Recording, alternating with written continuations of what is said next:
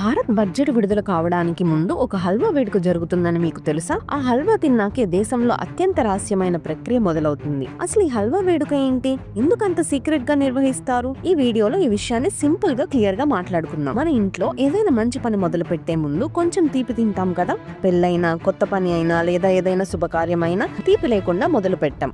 అదే ఆలోచనతో ప్రభుత్వం కూడా బడ్జెట్ ముందు ఈ హల్వా వేడుకను నిర్వహిస్తుంది. ప్రతి ఏడాది సాధారణంగా జనవరి చివరిలో ఫైనాన్స్ మినిస్ట్రీలో ఈ కార్యక్రమం జరుగుతుంది. ఈ వేడుకలో ఫైనాన్స్ మినిస్టర్ ముందుగా హల్వాను కలిపి తర్వాత అక్కడ పనిచేసే అధికారులకు వడ్డిస్తారు. ఇది వాళ్ళు నెలల తరబడి చేసిన కష్టానికి ఇచ్చే ఒక చిన్న గౌరవం లాంటిది. ఈ హల్వా వేడుక నార్త్ బ్లాక్ భవనం బేస్మెంట్ లో జరుగుతుంది. ఇప్పుడు మీకు ఒక ప్రశ్న రావచ్చు, ఎందుకు బేస్మెంట్ లోనే? దానికి ఒక స్పష్టమైన కారణం ఉంది.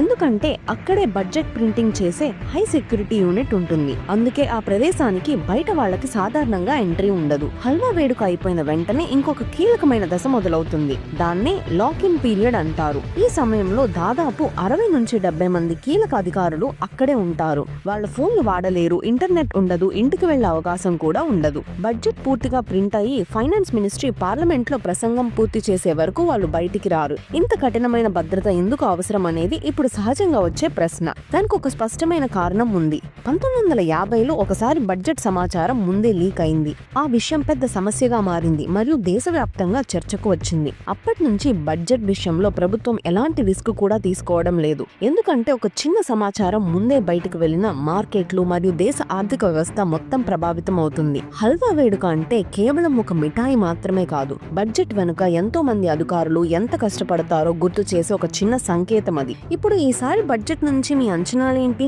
టాక్సెస్ తగ్గుతాయా లేదా కొత్త పథకాలు వస్తాయా? మీ అభిప్రాయాన్ని కామెంట్స్ లో చెప్పండి. వీడియో నచ్చితే లైక్ చేయండి. ఇంకా ఇలాంటి కంటెంట్ కోసం ఛానల్ ను సబ్స్క్రైబ్ చేయండి.